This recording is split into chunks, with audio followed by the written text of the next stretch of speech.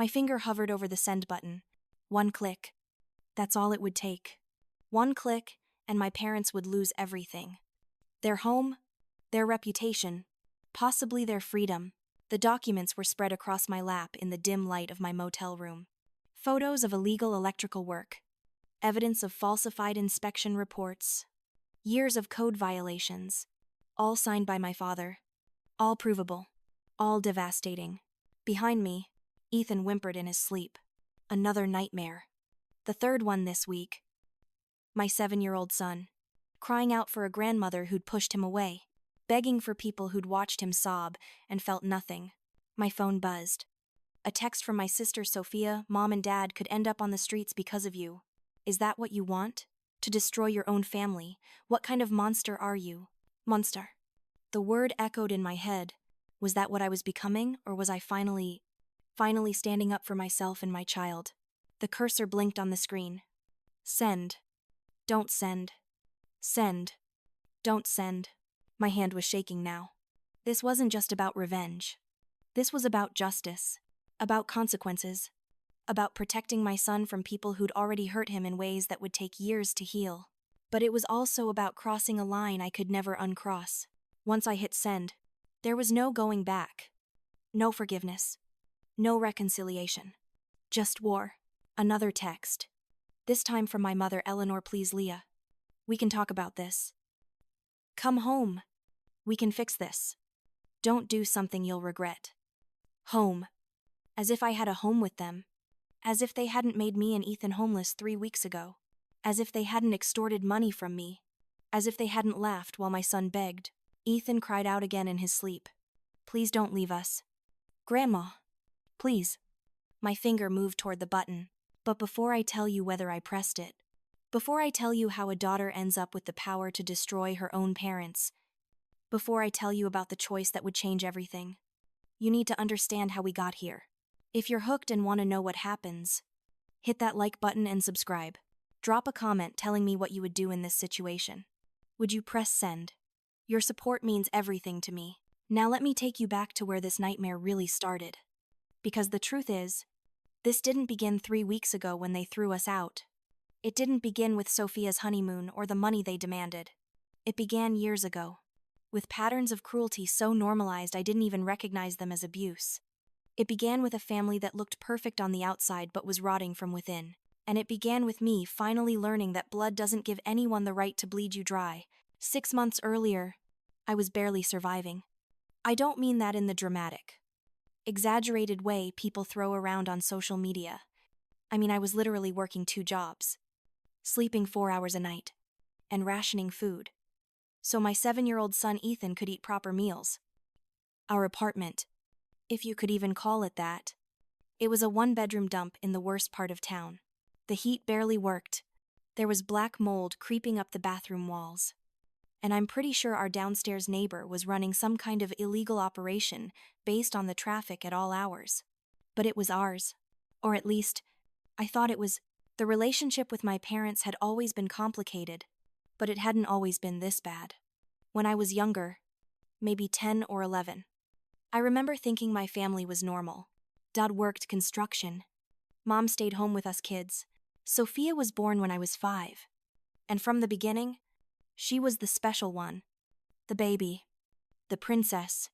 But back then, I didn't mind. I was happy to be the big sister. Happy to help Mom take care of her. Things started changing when I hit my teenage years. I wasn't the pretty one anymore. Sophia was. I wasn't the talented one. Sophia was taking dance lessons. Piano lessons. Getting lead roles in school plays. I was average at best. Average grades. Average looks. Average everything. And in my parents' eyes, avragement invisible. But I tried. God. I tried so hard to make them proud. I worked part-time jobs throughout high school to buy my own clothes so they could spend more on Sophia's activities. I helped around the house constantly. I never asked for anything. I made myself small. Undemanding. Grateful for whatever scraps of attention they threw my way. Then I met Ethan's father during my first year of community college. Marcus was charming, funny, everything I thought I wanted. We dated for 8 months before I got pregnant. When I told him, He was gone within a week. Changed his number. Moved out of his apartment. Completely vanished from my life. I was 19, terrified, and completely alone. Telling my parents was the hardest thing I'd ever done. I remember sitting in their living room, Sophia away at some dance competition, my hands shaking as I forced the words out. Mom, Dad, I'm pregnant. The silence that followed felt like it lasted for hours. Then Eleanor spoke, her voice colder than I'd ever heard it. Are you keeping it? Not congratulations. Not, we'll figure this out together. Not even are you okay. Just are you keeping it? Like my baby was an unwanted piece of furniture. Yes, I said firmly. I'm keeping my baby. Robert stood up, his face red with rage. You stupid girl. Do you have any idea what you've done? What people are going to say about this family? I'm sorry, I whispered, tears streaming down my face. I'm so sorry. Sorry doesn't fix this. Eleanor snapped. Sorry doesn't erase the embarrassment. Sophia is trying to get into good colleges. How do you think this is going to look, her sister? Knocked up. No father around. No future. You've made us all look like trash. I moved out that week. Too ashamed to stay, I found a tiny studio apartment. I worked 3 part-time jobs, while my belly grew. Saved every penny I could. My parents sent exactly 1 check during my pregnancy, for $200, with a note that said, "This is all we can spare." Meanwhile, Sophia got a brand new car for her 16th birthday that same month. Ethan came on a cold February morning. I was alone in the hospital. No one to hold my hand. No one to tell me I was doing okay. I called my parents after he was born, hoping that maybe a grandchild would soften them. Eleanor came to visit once, stayed for 10 minutes, barely looked at Ethan, and left saying she had to get back for Sophia's dance recital. That was 7 years ago. 7 years of struggling, of choosing between groceries and electricity, of working myself to the bone to give Ethan even a fraction of what he deserved. 7 years of watching my parents lavish everything on Sophia while treating Ethan and me like we were shameful secrets to be hidden away. But I kept trying. I kept showing up to family dinners when invited. Kept sending cards on birthdays and holidays. Kept hoping that somehow, someday, they'd see me as worthy of their love. I was addicted to the crumbs they occasionally threw my way. A phone call on my birthday. An invitation to Thanksgiving.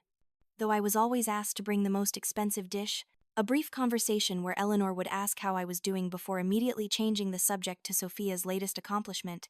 I remember the night everything changed so clearly, it might as well have been yesterday. I just finished an 8-hour shift at the diner. My feet screaming in my worn-out sneakers. Grease stains on my uniform that would never come out. My lower back was killing me from being on my feet all day, and I had a headache that felt like someone was driving nails into my skull. But I couldn't rest. I still had to get home, check on Ethan, and then head to my overnight cleaning job at the office building downtown. That was my life. Work. Ethan. Work. Sleep. Repeat. The diner had been particularly brutal that day. A group of businessmen had left me a $2 tip on a $150 tab. A woman had yelled at me because her eggs were too runny, even though that's exactly how she'd ordered them. My manager, Rick. I had lectured me about my attitude because I'd asked if I could leave 15 minutes early to see Ethan before my next shift. I was running on fumes, operating on autopilot, just trying to make it through one more day. When I opened our apartment door that night, Ethan was curled up on our ratty sofa, his math homework spread out around him. He'd fallen asleep waiting for me, his little hand still clutching a pencil. My heart broke and mended itself simultaneously, the way it did every time I looked at him. He deserved so much better than this. Better than a mother who could barely keep them fed. Better than a cramped apartment with no heat. Better than wearing shoes 2 sizes too small because we couldn't afford new ones. I noticed he'd tried to make himself dinner. There was a bowl in the sink with the remnants of cereal, and the milk carton was still on the counter. He was 7 years old and having to feed himself because his mother worked too much to be there for him. The guilt threatened to swallow me whole. I had just kicked off my shoes and was about to wake Ethan to move him to bed when someone started pounding on the door. Not knocking. Pounding. The kind of aggressive banging that makes your stomach drop because you know it's not good news. My first thought was that it was Mr. Peterson, the landlord, coming to tell me I was late on rent again. But rent wasn't due for another week. I opened it to find my parents, Robert and Eleanor, standing there with expressions that could have curdled milk. My father's face was red, that vein in his temple, throbbing the way it always did when he was about to explode. My mother looked like she'd just smelled something rotten. Neither of them had bothered to call first. They never did. I wasn't worth the courtesy of a warning. "We need to talk," Eleanor said, pushing past me into the apartment. She didn't even glance at Ethan sleeping on the couch. Her eyes swept over our shabby living room with barely concealed disgust. I saw her taking it all in. The stained carpet, the thrift store furniture, the stack of bills on the kitchen counter that I couldn't afford to pay. I felt shame wash over me, hot and suffocating. "Mom, Dad, what's wrong?" I asked, already exhausted. "Is someone hurt?" "It's about Sophia's honeymoon," Eleanor said, not bothering with pleasantries. "My younger sister Sophia, the golden child, the princess who could do no wrong. She'd gotten married 3 months ago in a wedding that cost more than I'd made in 2 years. I'd been invited, of course, but only after Sophia made it clear she expected a gift worth at least $500. I'd sent a card with $50 cash inside, all I could afford, and hadn't heard from her since. Not even a thank you. The wedding had been a spectacle. Ice sculptures, a live band, designer dress, destination bachelorette party in Miami. Eleanor had posted approximately 1 million photos on Facebook, each one captioned with gushing praise about her perfect daughter and her perfect wedding. There wasn't a single photo of me. I hadn't even been included in the family photos. When I'd asked why, Eleanor had said, "Well, you weren't really part of the wedding party." Dear, it would have looked odd. "Next week is Sophia and Brad's honeymoon week in Bali," Eleanor continued, her arms crossed over her designer coat that probably cost more than my monthly rent. "The family has been contributing to make it special.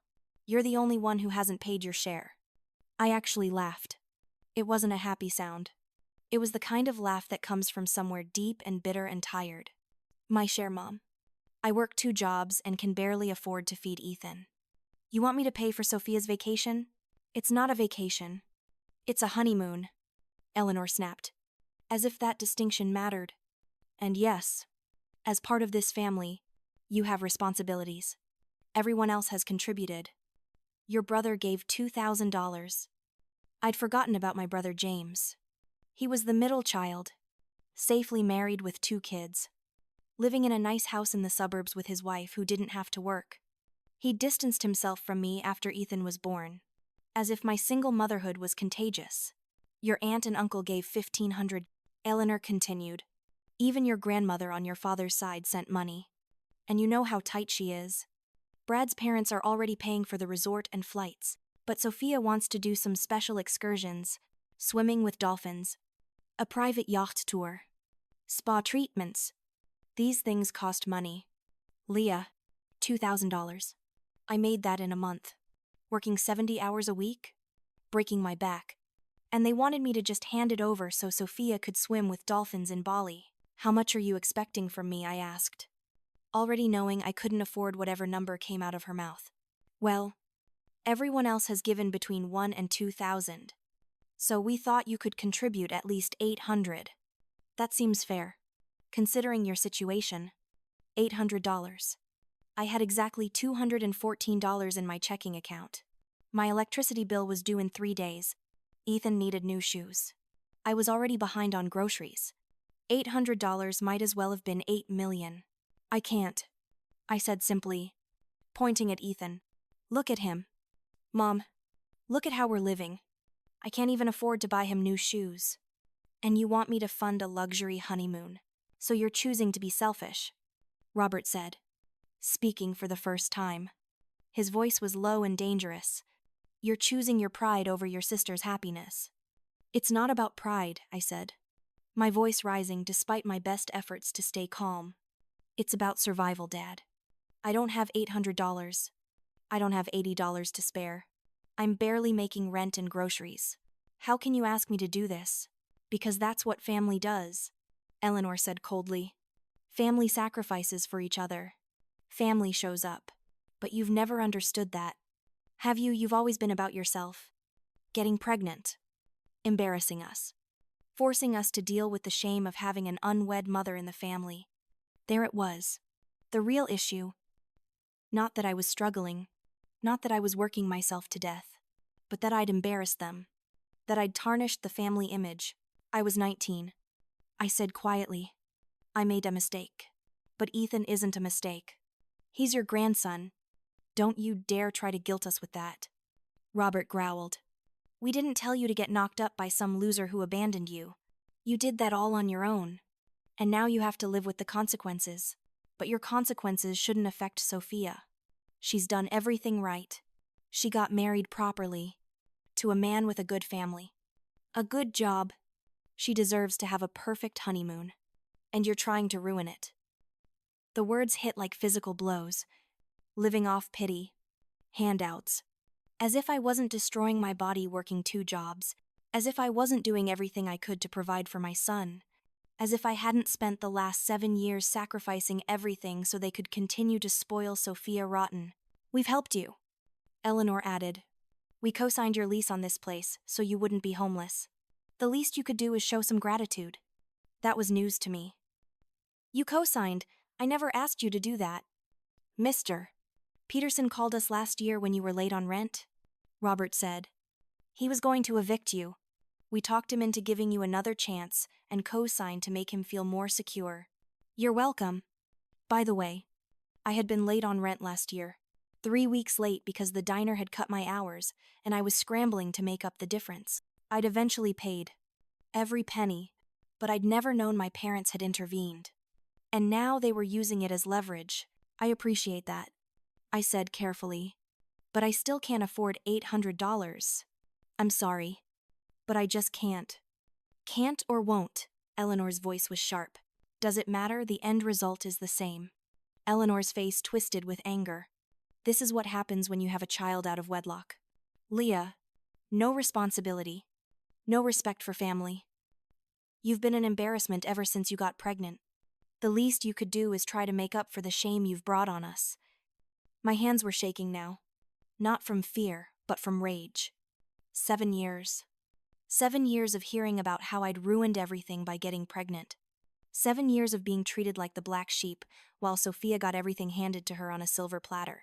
7 years of sacrificing and struggling while they threw money at their precious princess. I work 80 hours a week, I said, my voice trembling. I haven't bought myself new clothes in 2 years. I eat cereal for dinner so Ethan can have real food. I take extra shifts whenever I can. I am trying. I am doing everything I possibly can. But I cannot give you $800 for a vacation. I just can't. You mean you won't? Robert corrected. Because you're selfish. Because you've always been selfish. Even as a kid. You were always causing problems. Always needing attention. Always making things difficult. That was a lie and we both knew it. I'd been the easy child. The one who never complained. Never asked for anything. Never caused a fuss. But apparently, that's not how they remembered it. Ethan stirred on the couch. And that's what did it. That's what made me find my voice. Find my spine. My son. Sleeping in his 2 small pajamas. In our falling apart apartment. While his grandparents stood in our living room demanding money we didn't have for a luxury vacation for someone who'd never once asked how we were doing. Get out, I said quietly but firmly. Get out of my house. Now. Robert laughed. Actually laughed. Your house, sweetheart. You don't even know. Do you? His smile was cruel. Satisfied. This place. This dump you're so proud of. We co-signed the lease. We're technically on it. And if you keep acting like an ungrateful brat, we can make things very difficult for you. Very difficult indeed. Are you threatening me? I asked. Incredulous. I'm telling you how things are. Robert said. You want to keep living here. You want to keep pretending you're doing so well on your own. Then you contribute to your sister's honeymoon.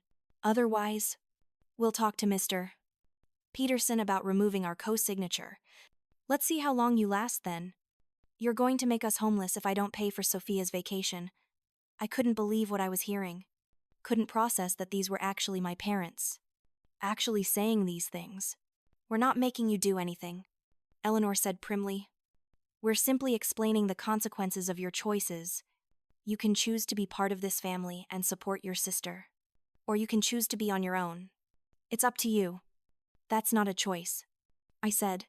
That's extortion. Call it whatever you want, Robert said, heading for the door. You have until Friday to get us the money. $800. Cash or check. If we don't have it by Friday night, we're withdrawing our co-signature, and you can deal with Peterson on your own.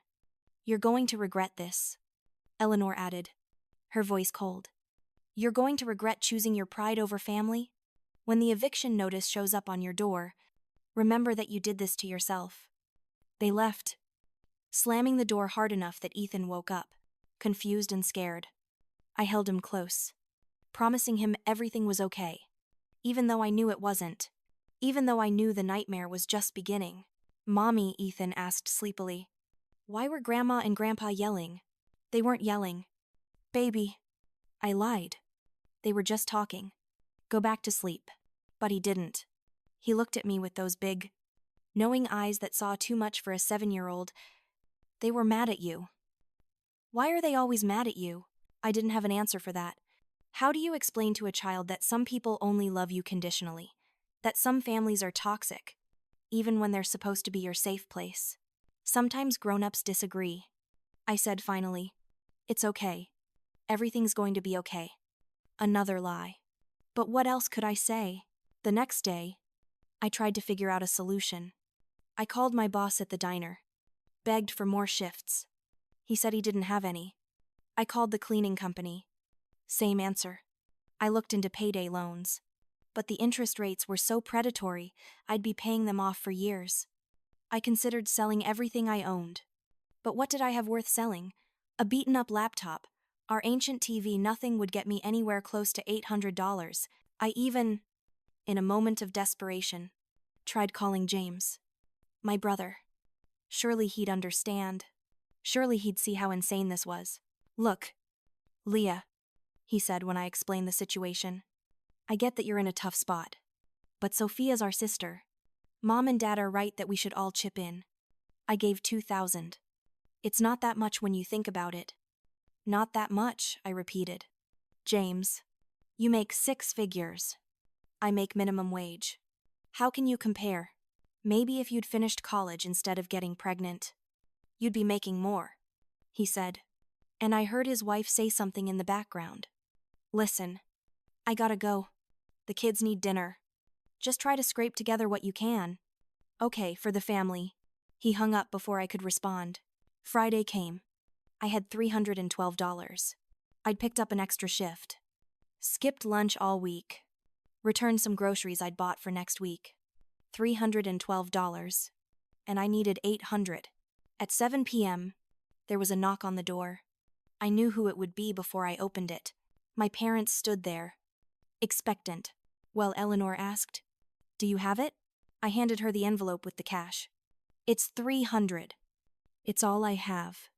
She opened it, counted it, and her face hardened. $300. We said $800. I know what you said, but this is all I could get. I worked extra. I sold some things. I did everything I could. Please. Mom! This is everything. Robert shook his head. Not good enough. We were clear. $800 or we pull our co-signature. Dad. Please. I begged. Please don't do this. Ethan and I have nowhere else to go. You're talking about making your grandson homeless. We're talking about you taking responsibility for your choices, he said. You chose to refuse us. This is the consequence. They left with my $300. Left without another word. Without looking back. Without a shred of compassion for what they were about to do. 2 days later, true to their word, I got the call from Mr. Peterson. His voice sounded strained. Apologetic even. Leah, I'm really sorry. But your co-signers called me. They said they're withdrawing their guarantee on your lease, and they've made some concerning claims about your ability to pay. I'm going to need you to vacate by the end of the month. Mr. Peterson, please, I said, my voice breaking. I've always paid my rent. Maybe late sometimes. But I've always paid. Please don't do this. It's not my choice, he said. And he actually did sound sorry. Without cosigners and with your credit history, I can't legally keep you here. I'm really sorry. Leah, I wish there was another way. End of the month. 3 weeks. 3 weeks to find a new place with no money. No cosigner. No references. And no hope? I tried everything. I called everyone I knew. I applied for emergency housing assistance, only to be told there was a 6-month waiting list. I looked at shelters, but they were full. I looked at places I could barely afford. Places even worse than where we were. Nothing worked. No one wanted a single mother with bad credit and no references. I even tried calling my parents one more time, hoping maybe they'd change their minds. Maybe they'd see reason. Eleanor answered on the 3rd ring. Mom, please, I said, not even bothering with hello. Please help us. I don't know what else to do. Ethan and I are going to be homeless. You did this to yourself, she said simply. You had a choice, and you made it. Now you have to live with it. But Ethan, I sobbed, he's 7 years old. He's your grandson. How can you do this to him? I'm not doing anything to him. You are. You're the one who chose pride over family. You're the one who refused to help your sister. This is on you. Leah. Not us. I gave you $300, that was everything I had. And it wasn't enough. Maybe next time you'll take us seriously when we ask something of you. Maybe this will teach you some humility. She hung up. I sat on the floor of our apartment and cried until I couldn't cry anymore. Ethan found me there, put his small hand on my shoulder, and asked, Are we going to be okay? Mommy. I couldn't answer him. I didn't know. When that Saturday came, the day we were supposed to be out, I packed everything Ethan and I owned into 3 garbage bags and 2 cardboard boxes. That was it. 7 years of life. Of struggling. Of trying to build something. It all fit into trash bags. My parents had promised they'd be back with a truck to help us move to storage. At least, that's what Eleanor had said when I'd called. Desperate and broken. 2 days before, we'll help you move your things. We're not monsters. Leah. They showed up all right. But not with a truck. They came with 1 small garbage bag containing the few items of ours that had been stored at their house. Baby pictures. Some of Ethan's old clothes. A few books? That was it. What is this? I asked, staring at the single bag. My heart was pounding, panic rising in my throat. Where's the truck? You said you'd help us move our things to storage. We changed our minds, Eleanor said, her face impassive. You made your choice. Leah, you chose to disrespect us, to refuse to help family. Now you can figure things out on your own, just like you wanted. But I don't have storage, I said, my voice rising with panic. I don't have money for storage. What am I supposed to do with everything? I suppose you should have thought of that before you decided to be difficult, Robert said, already turning to leave. Ethan came out of the apartment then, his little backpack on his shoulders, his favorite stuffed bear clutched in his arms. He was wearing his best clothes, the ones I'd bought him for picture day, because I wanted him to feel special even though everything was falling apart. He saw his grandmother and his face lit up with hope. Pure, innocent hope that gutted me. Grandma, are we going to stay with you and Grandpa? I saw something flicker across Eleanor's face. For just a second, I thought I saw regret, but it vanished as quickly as it appeared.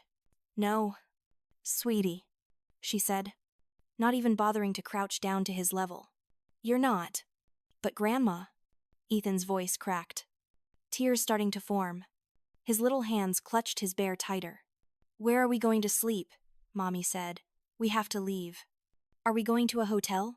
Can we come to your house? That's not my problem, Eleanor said, and I heard the ice in her voice. The complete lack of emotion. Your mother should have thought about that before she decided to be selfish. Ethan ran to her, wrapping his small arms around her legs in that way kids do when they're desperate and scared. Please, Grandma, please don't make us go. I'll be good. I promise I'll be so good. I'll be quiet and I won't ask for anything and I'll help clean, and please. Please don't make us go. He was sobbing now, his whole little body shaking with the force of his tears. And Eleanor? My mother. This woman who was supposed to love us, who was supposed to protect us, stepped back, literally shaking him off like he was some kind of pest. Like he was nothing. Let go of me, she said firmly, prying his hands from her legs. Leah, control your child. Control my child, I repeated, my voice barely above a whisper. I was shaking with rage, with heartbreak, with a fury so intense I could barely see straight. Control my child, you're breaking his heart, and you want me to control him. Robert took Eleanor's arm. We've done what we came to do. Good luck. Leah, you're going to need it. They walked away, got into their car, and drove off. I stood there, holding my sobbing child, watching them disappear down the street, and something inside me shattered. Not broke, shattered, into a million pieces that I knew would never fit back together the same way again. We spent that night at a bus stop, the same bus stop I'd walked past 1,000 times on my way to work, never imagining I'd end up sleeping there. I spread out my jacket on the bench so Ethan could lie down, and I stayed awake all night, my arm around him, watching cars pass by and wondering how my life had come to this, how any of this was real. I had one granola bar left in my purse, and I split it with Ethan, pretending I wasn't hungry so he could have more. He ate his half slowly, trying to make it last, and my heart broke all over again. Mommy, he whispered in the cold darkness, his breath making little clouds in the air. Are we homeless now? Just for tonight. Baby. I lied, holding him tighter, trying to share body heat. Just for tonight. Tomorrow we'll figure something out. But I had no idea where we'd go tomorrow, or the day after that. I had $143 in my bank account, most of which would disappear as soon as my automatic bills came out. My next paycheck wasn't for another week. We had nowhere to go. No friends I could call. No family who cared. A police car drove by around 3 a.m., slowed down, and the officer gave me a long look. I held Ethan tighter, praying they wouldn't stop. If they stopped, they might call child services. They might take Ethan away. I stared back at the officer, trying to look less desperate than I felt. After what felt like an eternity, they drove on. As the sun started to rise, painting the sky in shades of pink and orange that felt obscene in their beauty given our circumstances, I saw it. A flyer stuck to the pole near the bus stop, flapping in the morning breeze. It was wrinkled and partially torn, and I almost didn't look at it. But something made me stand up, careful not to wake Ethan, and read it. Help wanted property manager for motel. Room and board included. Apply at Henderson's Motor Lodge, 5 miles north on Route 49. Experience preferred but not required. Must be available immediately. Room and board included. A place to live. A job. Maybe. Just maybe. A chance. The address was 5 miles away, in the opposite direction of everything I knew. But what did I have to lose? I woke Ethan up, and we started walking. 5 miles with all our possessions in garbage bags. My feet were bleeding in my worn-out sneakers by mile 3. Ethan was crying by mile 4, saying his legs hurt, asking when we could stop. But I kept going. I had to. This was our only chance. Henderson's Motor Lodge wasn't much to look at. It was old, probably built in the 60s, with faded paint and a flickering neon sign that read vacancy in pink and blue letters. Half the letters in Henderson's were burned out. The parking lot had more cracks than asphalt. There were maybe 3 cars in the lot, and one of them looked like it hadn't moved in months, but it was something. It was a chance. Mr. Henderson was an old man, probably in his 70s.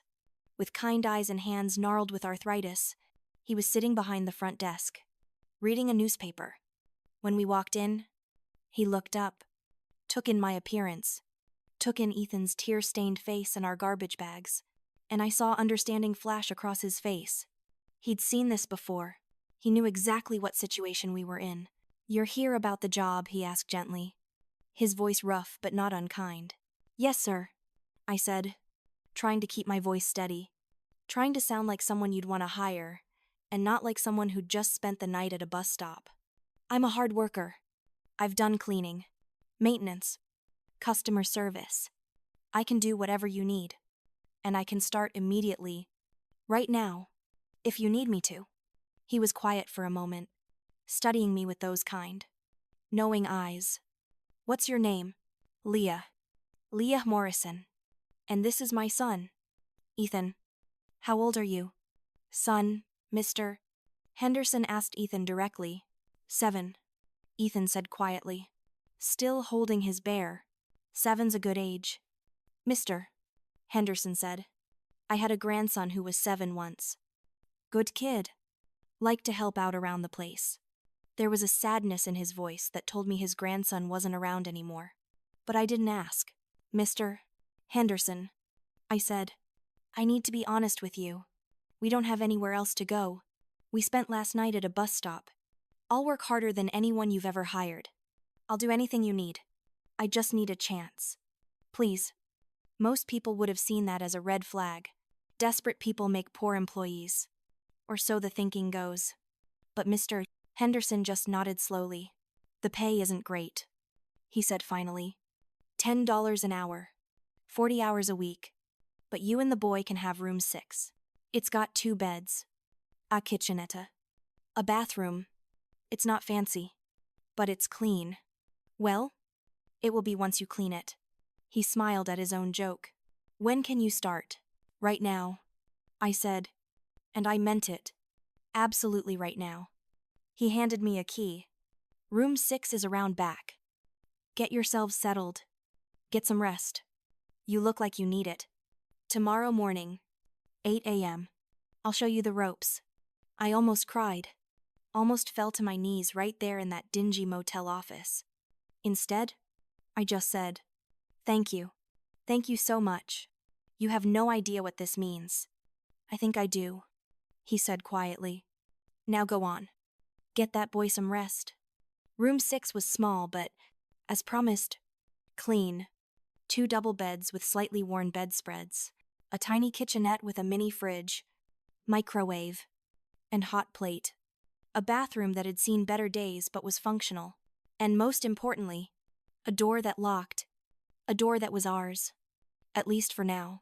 Ethan climbed into one of the beds and was asleep within minutes. I sat on the other bed, still in my clothes, and just breathed. For the first time in what felt like forever, I let myself breathe. We had a roof over our heads. We had a place to sleep. I had a job. It wasn't much, but it was something.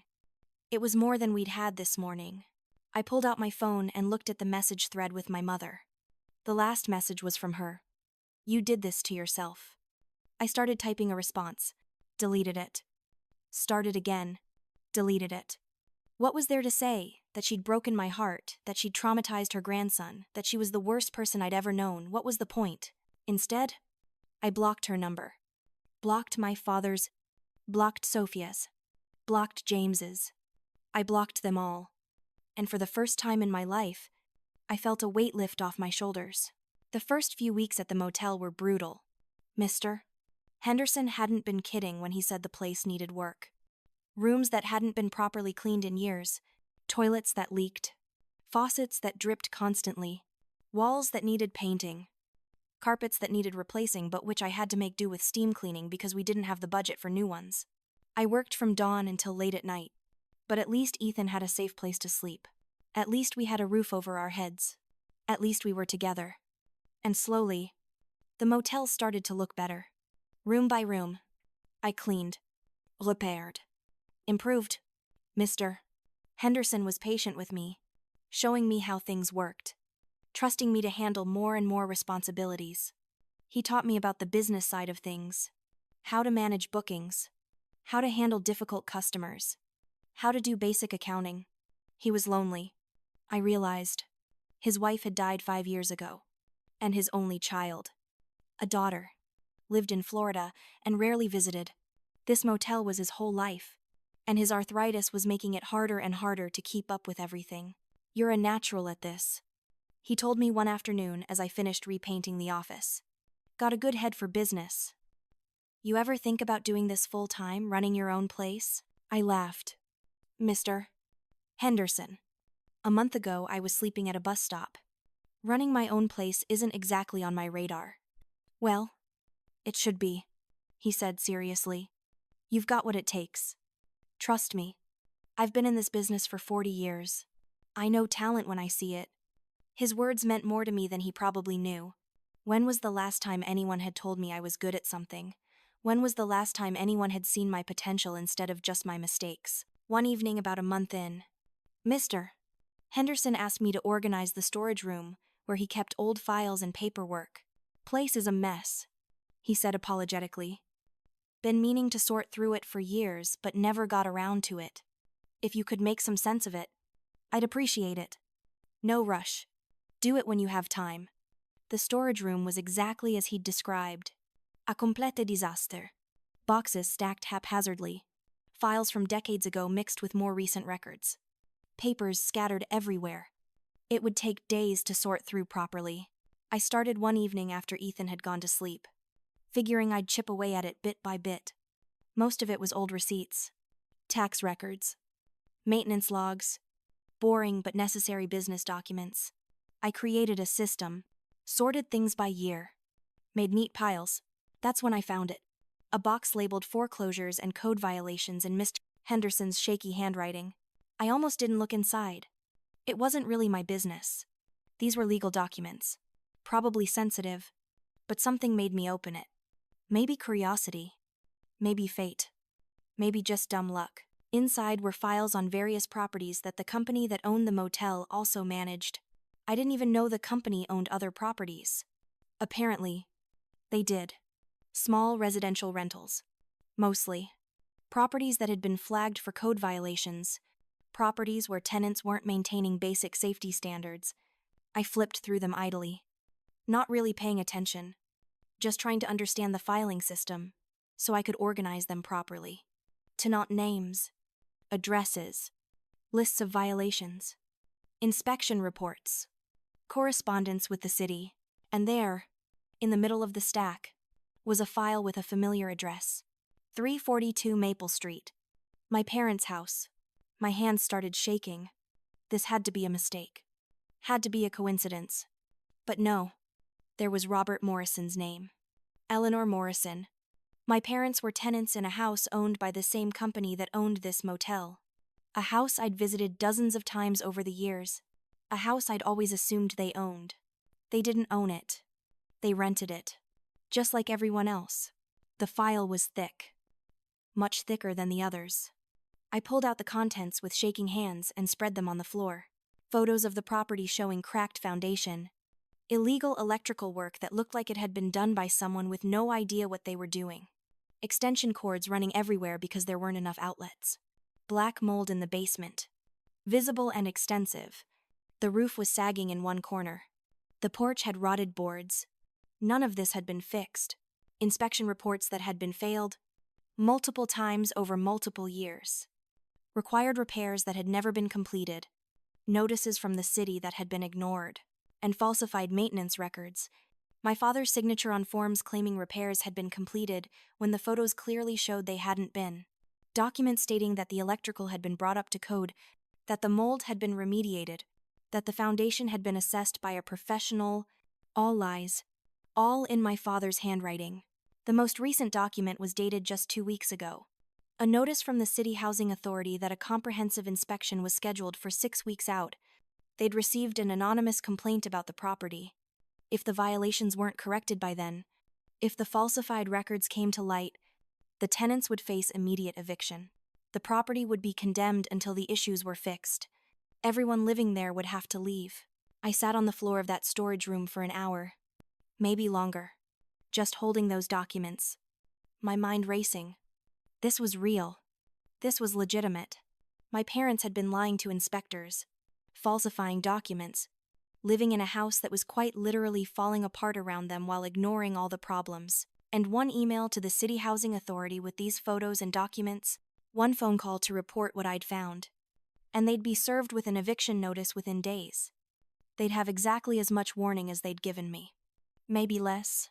I could do it. I could make them feel exactly what they'd made me and Ethan feel. I could make them understand what it was like to have nowhere to go. No one to help. Nothing but a couple of garbage bags and a broken heart. I could make them cry, the way they'd made Ethan cry.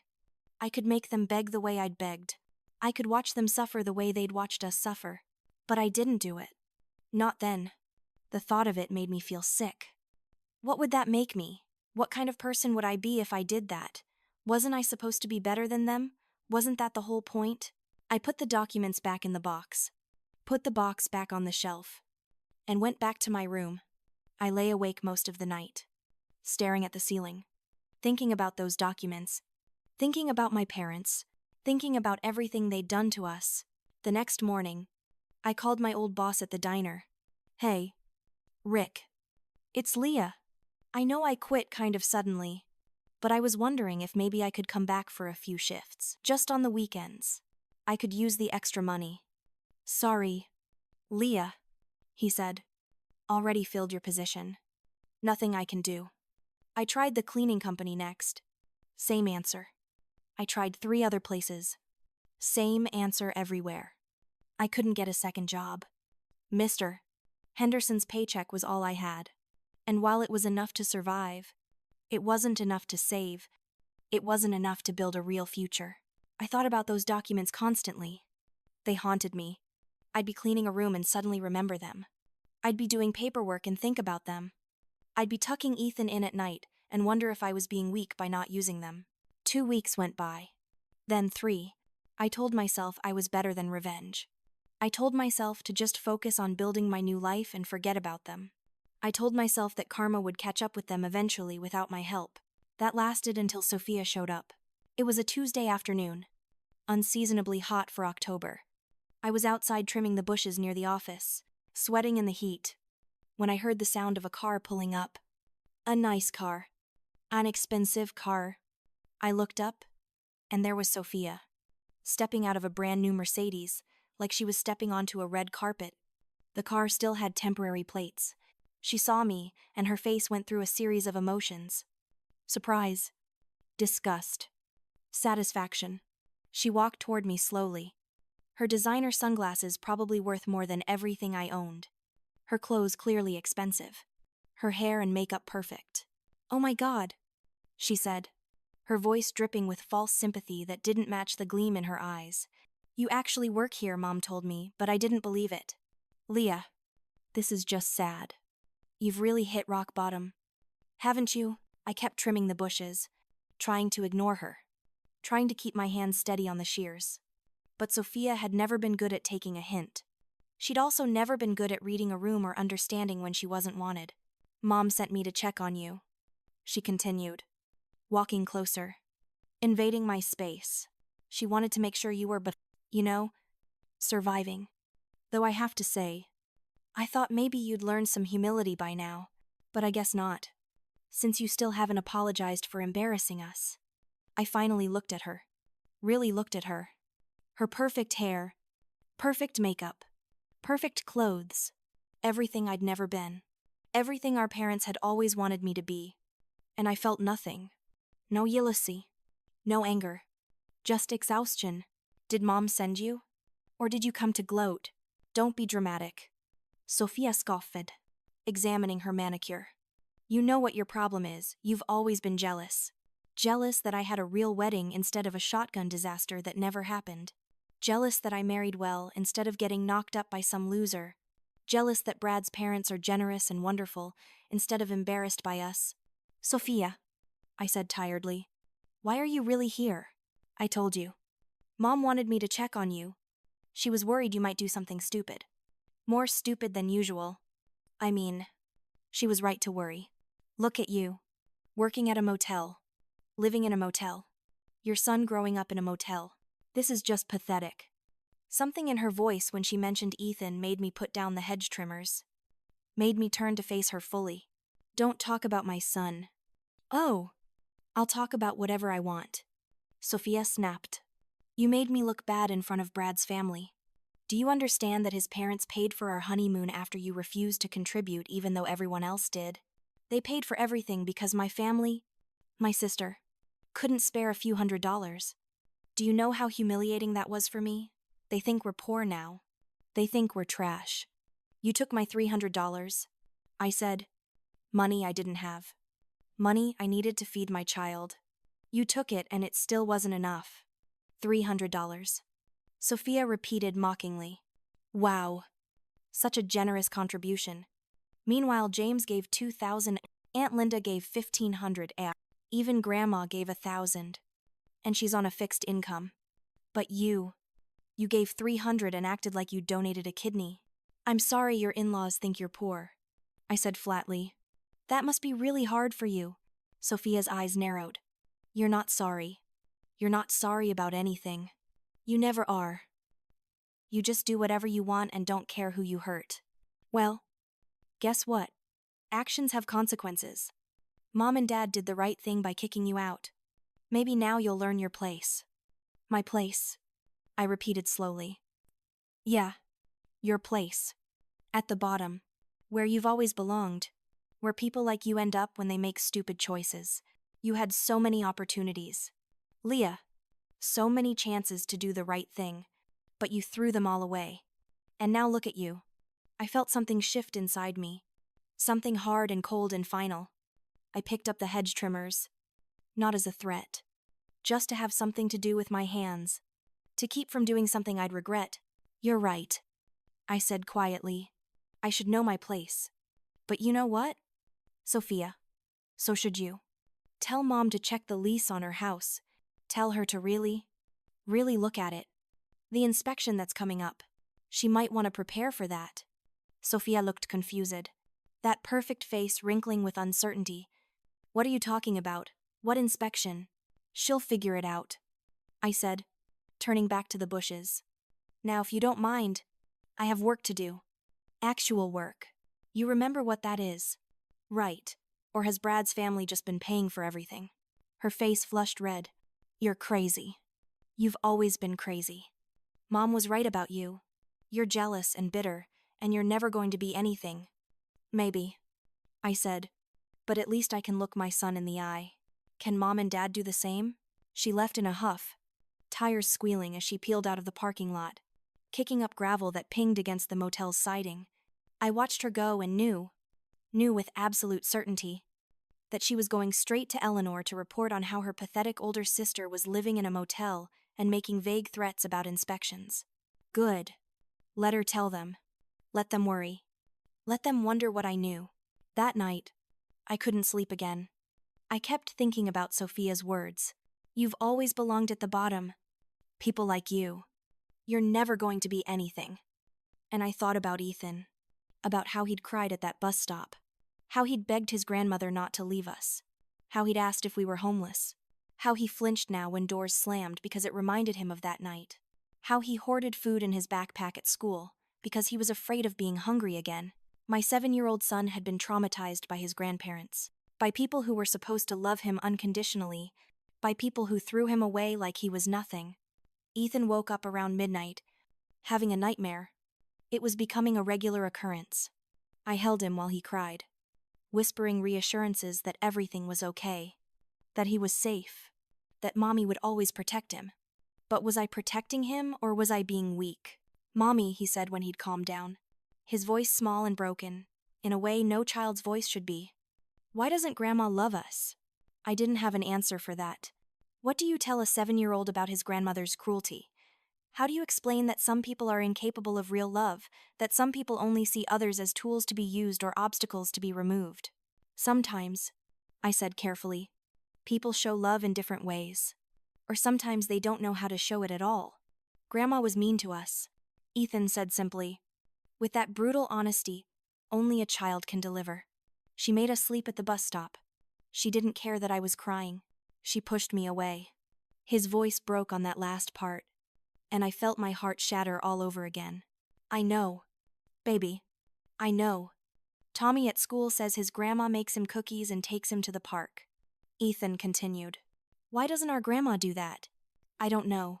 Sweetheart. Is it because of me? He asked. And his voice was so small, so scared. Is it because I don't have a daddy? Is that why they don't like me? No. I said firmly, holding him tighter. No, baby. It's not because of you. You are perfect. You are wonderful. You are the best thing that ever happened to me. Their inability to see that is their failure. Not yours. Do you understand me? This is not your fault. Then why, he asked, tears streaming down his face. Why did they leave us? Why were they so mean? I didn't have an answer.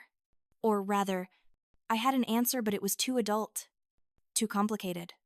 Too painful to explain to a 7-year-old. So I just held him and let him cry until he fell back asleep.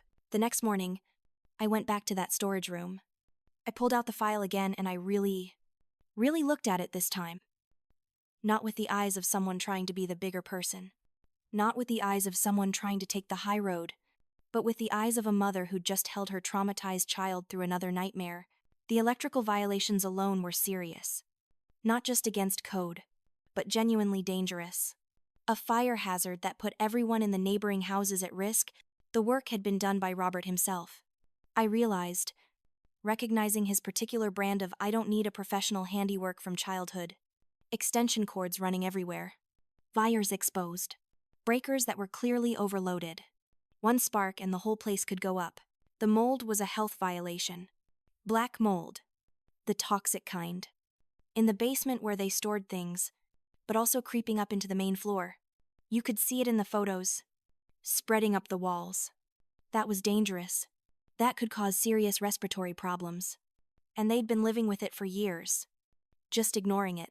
The cracked foundation was structural. The house was literally sinking on one side. That's why the porch had rotted boards. That's why doors probably didn't close right. That's why there were cracks in the walls. The whole house was compromised, and instead of fixing it, Robert had just covered up the cracks with paint and filled out forms, saying a professional had assessed it. These weren't minor issues. These weren't little problems. These were serious, dangerous, potentially deadly violations that my father had been falsifying records about for years. And when the inspection happened in a few weeks, when professionals came out and saw the real state of things, my parents would absolutely be evicted. There was no question about it. The evidence was irrefutable. If I reported this, they would lose their home, just like they'd made me lose mine. They'd be the ones scrambling. Desperate. Homeless. They'd be the ones with nowhere to go, and no one to help them. I took photos of every document with my phone, every inspection report, every falsified signature, every code violation, every single piece of evidence. I compiled them into a detailed email addressed to the City Housing Authority, and that's how I ended up here. In my motel room at 2 a.m, my finger hovering over the send button, my son crying out in his sleep behind me, text messages from my family begging, threatening, manipulating. The cursor blinked. Send. Don't send. Send. Don't send. I thought about what that would make me. Was I vindictive cruel? Was I becoming just like them? Was this justice or revenge? Was there even a difference? I thought about Eleanor's face when she'd shaken Ethan off her leg. I thought about Robert's smirk when he'd threatened me. I thought about Sophia's sneer when she'd called me pathetic. I thought about all the years of being treated like I was less than, like I was worthless, like I was an embarrassment. But most of all, I thought about Ethan, about the nightmares, about him hoarding food, about him flinching at loud noises, about him asking why his grandparents didn't love him, about him crying into his bear at night when he thought I couldn't hear. My son had been collateral damage in my parents' cruelty, and they didn't care. They'd never cared. They'd looked at his tears and felt nothing. They'd watched him beg and walked away without a backward glance. They'd made their choice. They'd chosen to destroy us, and they'd felt no remorse. Why should I? I hit send. The response came within 24 hours. A professional, impersonal email from someone named Jennifer Martinez at the City Housing Authority. She thanked me for the detailed report and informed me that given the severity of the violations and the evidence of falsified inspection records, they would be conducting an emergency inspection within 72 hours. They would be coordinating with the property management company. Depending on the findings, immediate action would be recommended, including potential eviction and criminal charges for fraud. Criminal charges. I hadn't thought about that part. But of course, falsifying official documents was fraud. Robert could go to jail. I should have felt guilty. Should have felt something. But all I felt was numb. And tired. So tired. 3 days later, as promised, the inspection happened. I knew because Mr. Henderson got a call from the main office. They're doing an emergency inspection on one of our properties. He told me. Confused. Something about serious code violations. I don't understand. We do regular inspections. Do you own the property at 342 Maple Street? I asked, already knowing the answer. Yeah, that's one of ours. Have you been out there? Know anything about it? No. I lied. Just heard the address mentioned. The inspection results came back the next day. Failed on every count. Multiple critical violations. Evidence of falsification. The tenants were given 7 days to vacate. The property was condemned until repairs could be made. Repairs that would cost tens of thousands of dollars. That's when I got the text from Eleanor. Leah, are you happy now? They're saying we have to be out by next week. You destroyed us. You destroyed everything. I stared at that text for a long time. Read it over and over. Looking for some hint of self-awareness. Some acknowledgement of what they'd done to me. To Ethan. But there was nothing. Just blame. Just accusation. Just the certainty that they were the victims and I was the villain. I didn't respond. What was there to say? That they'd destroyed themselves, that this was just karma, that they were finally facing the consequences of their own actions. What was the point? The next message came an hour later. Longer? More disparate. How can you do this to your own parents? After everything we've done for you, we raised you. We fed you. We clothed you. We gave you everything. And this is how you repay us. By making us homeless. By ruining our lives, we could go to jail. Leah, your father could go to jail because of you. Is that what you want? Do you want to see your father in prison? Still, I didn't respond. The irony was apparently lost on them. They'd made us homeless without a second thought. They'd ruined our lives without batting an eye. But somehow, when it happened to them, it was a tragedy. When it happened to us, it was what we deserved. Then came the calls. 15 missed calls from Robert. 23 from Eleanor. 8 from Sophia. 6 from James. I blocked all of them. I had nothing to say to any of them. I was done. Completely done. But the messages kept coming. From different numbers. Friends of theirs. Extended family. People I barely knew. All with the same message. How could I do this to my own parents? Didn't I have any shame? Didn't I have any heart? Didn't I understand that family forgives? Family helps. Family sticks together. I blocked every number. Every single one. A week passed. Business at the motel was steady. Mr. Henderson had been teaching me more about the business side of things, and I was discovering I had a knack for it. I liked the problem solving, the organization, the satisfaction of making things run smoothly. Ethan was doing better in school. Finally getting enough sleep. Finally having a stable place to call home. His teacher had emailed me to say his grades were improving. His behavior was better. He seemed happier. We were healing. Slowly. But we were healing. Then, on a Tuesday evening, exactly 2 weeks after I'd sent that email, they showed up. All 3 of them. Robert, Eleanor, and Sophia. Pulling up in Robert's truck. The same truck they'd used to bring that single garbage bag of our belongings to us when they'd made us homeless. I was at the front desk when they walked in. I saw them through the window and my first instinct was to run. To hide. To pretend I wasn't there. But I didn't. I stayed right where I was. Kept filing paperwork. And waited. Eleanor started to speak first. Her voice, that fake, fragile tone she used when she wanted something.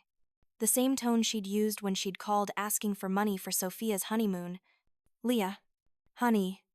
We need to talk. I kept filing paperwork. Didn't even look up. No. We don't. Leah. Robert's voice was hard. Angry. Barely controlled. His face was red. That vein in his temple throbbing again. You listened to me. You had no right to do what you did. We're your parents. We raised you. Fed you. Clothed you. You owe us respect. You owe us loyalty. You owe us. Now I looked up. Made eye contact with each of them in turn. Robert. angry and defiant.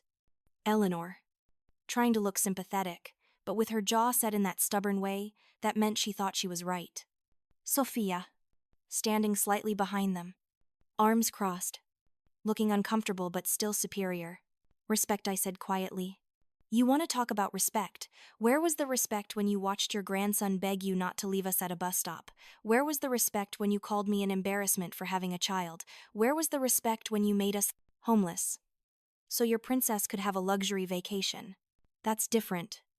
Eleanor interjected quickly, that fake sympathy disappearing. Sophia is married. She has a real family. She's done everything right. You're just what? Mom. Just a single mother. Just a mistake. Just not worth caring about. Just not human enough to deserve basic decency. Robert slammed his hand on the counter, making the computer monitor shake, making me jump despite myself. Ethan, who'd been sitting in the corner reading, jumped too, and I saw fear flash across his face. That made me angrier than anything else. You think you're so high and mighty now because you got lucky and found this job, Robert growled. You think you can just destroy your family and feel good about it. You think you can ruin lives and play the victim. I didn't destroy anything, I said, my voice steady, despite the rage coursing through me. You destroyed your own home by ignoring safety violations and falsifying documents. You destroyed our relationship by choosing money over your own daughter and grandson. You destroyed any chance of a future together when you watched my son cry and felt nothing. I just stopped letting you get away with it. I just stopped protecting you from the consequences of your own actions. Eleanor's facade cracked. Just a little. Her voice rose, becoming shrill. We need a place to stay. Just until we can find something else. You have rooms here. Empty rooms. You could help us. After everything, you could help us. The audacity. The sheer, breathtaking audacity of asking me for help after everything they'd done. No, I said simply. What? Eleanor looked genuinely shocked, as if she'd expected me to just cave the way I always had. As if years of conditioning me to say yes, to give in, to sacrifice myself, hadn't been completely shattered by what they'd done. I said no. We're full. No vacancy. That's a lie, Sophia snapped, pointing at the key rack behind me, where at least 5 room keys hung. I can see empty rooms right there. You're just being vindictive. You're just being cruel for the sake of being cruel. I'm being vindictive, I asked, and I actually laughed. It wasn't a happy sound. I'm being vindictive because I won't give you a free place to stay after you made my 7-year-old sleep on a bus stop bench, after you called him a mistake, after you spent years telling me I was worthless, after you literally pushed him away when he begged you not to leave us. We never said you were worthless, Eleanor said, but her voice wavered. Uncertain. You didn't have to say it. Mom, you showed it. Every single day for 28 years. Every time you chose Sophia over me, every time you ignored my accomplishments and praised hers, every time you made it clear that I was nothing but an embarrassment to you, every time you used my son's existence as an insult, every time you made me beg for scraps of affection while you showered Sophia with everything. Robert tried a different approach, his voice becoming calculating. Think about what you're doing. Leah, we're family. Blood. You're really going to let your own parents be homeless? What kind of daughter does that? What kind of person does that? When Ethan grows up, what are you going to tell him? That you had the chance to help your family, and you chose revenge instead. The kind of daughter who learned from the best. I shot back. What kind of parents make their daughter and grandson homeless? You tell me. Because you're the experts. You wrote the playbook on abandoning family when they need you most. Ethan spoke up then, standing up from where he'd been sitting, his small voice cutting through the tension like a knife. You're bullies, he said, looking at Robert and Eleanor with those big, serious eyes of his. My teacher says bullies are mean people who hurt others for no reason. You're bullies. You hurt Mommy. You hurt me. You made us sleep outside in the cold. That's what bullies do. Robert turned to Ethan, and I saw him try to soften his expression, try to put on that fake grandparent smile. Now, Keith, that's not fair. Grandpa and Grandma love you. We've always loved you. No, you don't. Ethan said with the brutal honesty only a child can deliver. His voice was steady. Certain. You made Mummy cry. You made me cry. You didn't care. People who love you don't do that. My teacher says people who love you want you to be happy and safe. You didn't want that. You wanted us to be sad and scared. I saw something flicker across Eleanor's face then. For just a moment. Just a split second. I thought maybe she felt something. Regret, shame, guilt. But it passed as quickly as it appeared. Replaced by her usual cold superiority, that mask she wore that said she was always right. Always justified. Always the victim. Fine, she said icily. Her voice hard and bitter. I hope you can sleep at night knowing what you've done to your family. I hope you can live with yourself. When we're living in our car, when your father goes to jail for something that wasn't even his fault, when your sister has to take us in and it ruins her marriage. I hope you remember that you did this. You chose this. I sleep better than I have in years. I told her honestly, and I meant it with every fiber of my being. Because for the first time in my life, I'm not letting you tell me what I'm worth. I'm not letting you make me feel small. I'm not letting you use me as your emotional punching bag while you pretend to be a perfect family. We gave you everything, Robert said, and his voice was shaking with rage. We put a roof over your head for 18 years. We fed you, clothed you, sent you to school, and this is how you repay us with betrayal, with destruction. You gave me the bare minimum that the law required. I said, and you never let me forget it. You held it over my head every chance you got. You used it as leverage to control me, to manipulate me, to keep me in my place. Well, guess what? I'm not in that place anymore. I'm not your punching bag. I'm not your scapegoat. I'm not your disappointment. I'm just done. Sophia stepped forward then, her face twisted with anger. You know what? You deserve everything that's happened to you. You deserve to be alone. You deserve to struggle. Because you're a terrible person. Leah, you always have been. Jealous. Bitter. Vindictive. Mom and Dad are better off without you. We all are. Then why are you here, I asked simply. If you're all so much better off without me. Why are you here begging for help?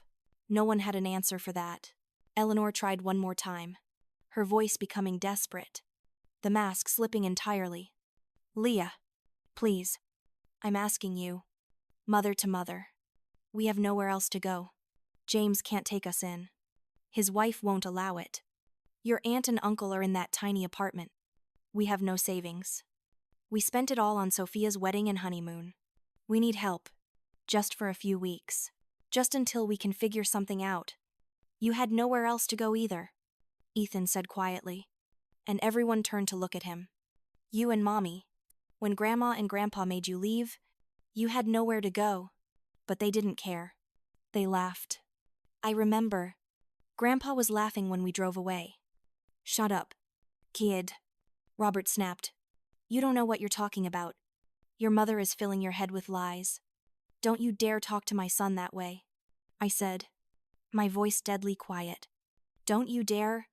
You lost the right to speak to him when you pushed him away and watched him cry. This is ridiculous, Sophia said. We came here to get help, and all you're doing is throwing the past in our faces. Are you going to help us or not? Not, I said. Definitely not.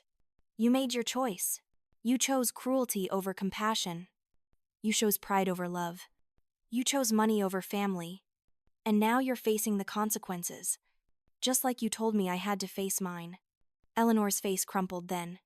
Not with real emotion, but with that practiced grief she did so well. Please, she said, her voice breaking. Please. Leah, I'm your mother. I'm begging you. You're not my mother, I said, and the words felt like freedom. Mothers don't do what you did. Mothers don't abandon their children.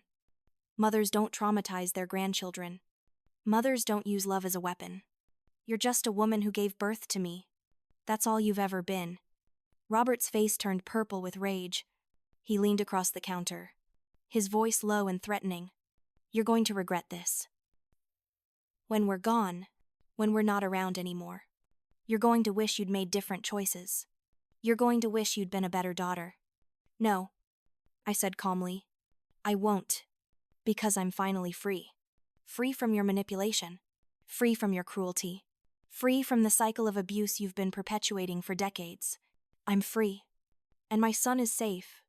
And that's all that matters. We could report you, Eleanor said suddenly, her eyes lighting up with malicious inspiration. We could call child services. Tell them you're an unfit mother. That you're homeless, living in a motel, working yourself to death. They'd take Ethan away. How would you like that? The threat hung in the air, and I saw Ethan's face go white. But I kept my voice steady.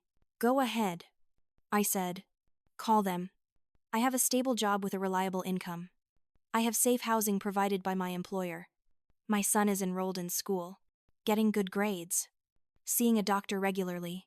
I have pay stubs, employment verification, references from teachers and neighbors. What do you have? A condemned house, falsified inspection records, and a pending criminal investigation. Who do you think they'll believe? Eleanor's face fell. She knew I was right. Get out, I said quietly. Get out and don't come back. You're not welcome here. You're not welcome in my life. You're not welcome near my son. If you come back, I'll call the police and have you removed for trespassing. You can't do that, Robert said. We're family. No, I said. We're not. Not anymore. Family doesn't do what you did. Family doesn't abandon children. Family doesn't extort money. Family doesn't falsify legal documents and then blame others when it catches up with them. You stopped being my family the moment you walked away from us at that bus stop. Now I'm just returning the favor. Robert grabbed Eleanor's arm and started pulling her toward the door. Sophia followed, throwing one last venomous look over her shoulder. You'll be sorry, Eleanor said, her voice breaking. You'll be sorry when we're gone and you're all alone. I'm not alone, I said, looking at Ethan. I have everything I need. They left then, and I watched them get into Robert's truck through the window. I saw Eleanor crying, but I felt nothing. No satisfaction, no guilt, no anger, just peace. Just this incredible, overwhelming sense of peace. Mr. Henderson came out of the back office a few minutes later. He'd heard everything. I realized. The walls were thin. You okay? Leah. Yeah, I said, surprised to find that I meant it. Yeah, I really am. That took guts, he said quietly. Standing up to family like that. Most people never manage it. I didn't have a choice, I said. Not really. It was stand up for us, or let them destroy us. And I'm done being destroyed. He nodded, understanding. You're a good mother, Leah. Better than they deserve. Better than they'll ever know. Those words meant more to me than he probably knew. When was the last time anyone had called me a good mother? When was the last time anyone had validated my choices instead of questioning them? 2 months later, Mr. Henderson announced he was retiring. His arthritis had gotten to the point where he couldn't really do the physical work anymore, and his daughter in Florida wanted him to move closer. He'd been thinking about it for years, he said, but he'd been waiting for the right person to take over. He offered me the position of full manager, with a salary 3 times what I'd been making, and a proper 2-bedroom apartment above the office instead of just a motel room. There would be profit sharing too, he said. A percentage of the revenue as a bonus. He wanted me to have a stake in the business. I wanted me to feel like it was mine too. I accepted immediately, tears in my eyes. This was more than a job. This was a future. This was stability. This was everything I'd been fighting for. You've earned it, Mr. Henderson said kindly. You've turned this place around. Bookings are up 40% since you took over. Customer reviews are better than they've been in a decade. You have a gift for this. Leah, don't waste it. Over the next few months, the motel continued to improve. I used my salary increases to make more improvements. Fresh paint in every room. New furniture. Better linens. A new sign out front. I hired 2 part-time staff members to help with the workload. I finally had enough money to buy Ethan new clothes. New shoes. Whatever he needed. His room in our apartment had a real bed. A desk for homework. Shelves for books and toys. We were building a life. A real life. Not just surviving, but thriving. One afternoon, about 4 months after everything had happened, I was sorting through the mail when I found a postcard. It was from Bali, showing a pristine beach at sunset. Palm trees swaying in the breeze. On the back, in Sophia's handwriting, "You went too far. Mom and Dad are living in their car. Dad might go to jail. Their marriage is falling apart because of the stress. I hope you're proud of yourself. I hope this is what you wanted. You destroyed a family." I looked at that postcard for a long time. Read it several times. Tried to feel something. Guilt. Regret. Satisfaction. Anything. But I felt nothing. Just emptiness where my family used to be. And that was okay. Because that emptiness was better than the poison they'd been filling me with for years. I threw the postcard in the trash. Proud, I whispered to myself. No. Just free. That evening, Ethan and I sat on the small porch outside our new apartment. It wasn't much. Just a little concrete slab with 2 folding chairs and a small table. But it was ours. The motel's neon sign flickered in the twilight, that old vacancy sign that Mr. Henderson had finally let me replace with a new one. This one said Henderson's Motor Lodge, under new management. Mom, Ethan asked, leaning against my arm. We're not going to have to leave again, are we? No. Baby, I said, wrapping my arm around him. This is our home now. For as long as we want it, nobody can take it away from us. Not your grandparents. Not anyone. This is ours. He was quiet for a moment, watching the traffic pass by on the highway. Then he said, I like it here. It's nice. Better than Grandma and Grandpa's house. Better than our old apartment. This feels like home. I kissed the top of his head. Me too. Buddy. Me too. The sign flickered again, and I thought about everything that had brought me to this moment. The pain. The betrayal. The cold nights and hungry days. The moment I finally stood up for myself and my son. The freedom that came from refusing to be a victim anymore. The peace that came from cutting out the poison. I'd lost my parents. My sister. My brother. My entire original family. But in losing them, I'd found something more valuable. Self-respect. Dignity. The knowledge that I deserved better. And so did Ethan. The understanding that sometimes the most loving thing you can do is let people face the reality they've created. They wanted me to feel guilty. They wanted me to feel like the bad guy in this story. They wanted me to carry the burden of their consequences. But I didn't. I refused. I felt lighter than I had in years. Freer than I'd ever been. That night, as I tucked Ethan into his bed in our apartment that nobody could take away from us, in our home that we'd built from nothing, he asked me one more question. Are you happy now? Mommy, I thought about Eleanor's text from months ago. You destroyed us. I thought about Sophia's postcard. I hope you're proud. I thought about all the years I'd spent trying to earn their love, their approval, their basic respect. I thought about how much of my life I'd wasted trying to be good enough for people who would never think I was good enough. Yeah, baby, I said, meaning it with every fiber of my being. I really am. The motel sign continued to flicker outside, casting its warm glow through our window. Vacancy. The old one used to say, but for the first time in my life, I felt full. Complete. Whole. Not because I'd destroyed my parents, but because I'd finally stopped letting them destroy me. Sometimes the hardest thing you'll ever do is choose yourself. Choose your own well-being. Choose your own child's safety and happiness over people who demand your sacrifice but offer nothing in return. Sometimes you have to let people face the consequences of their own actions, even when those people are family. Especially when those people are family. My parents made choices. They chose cruelty over compassion.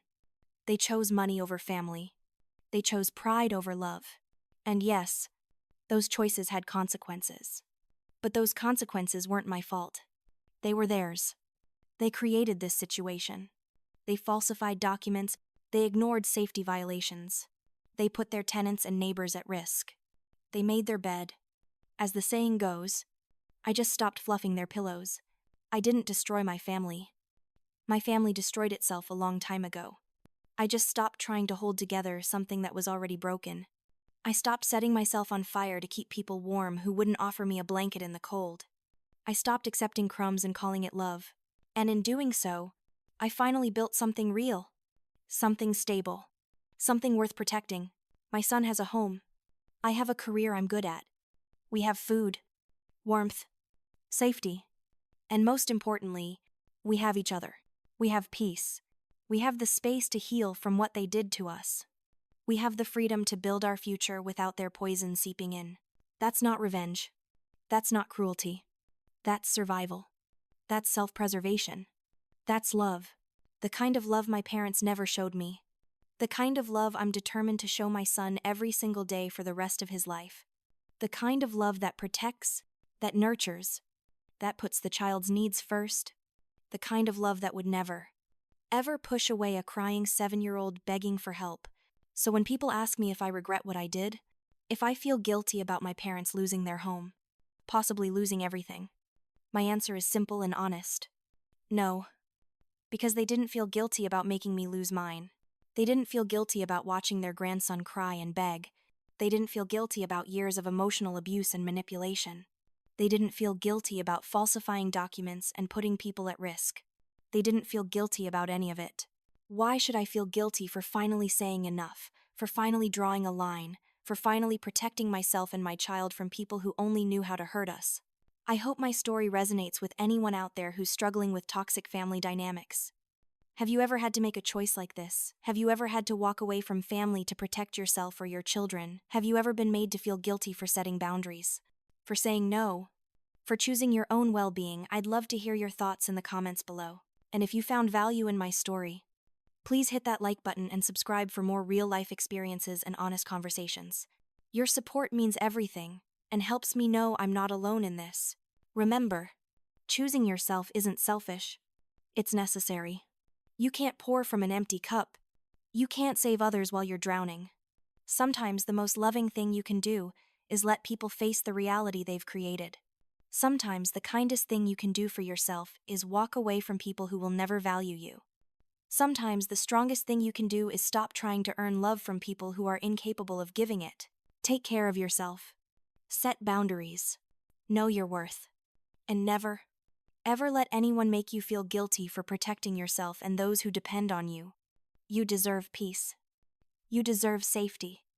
You deserve love that doesn't come with conditions and consequences and constant criticism. Thank you for listening to my story.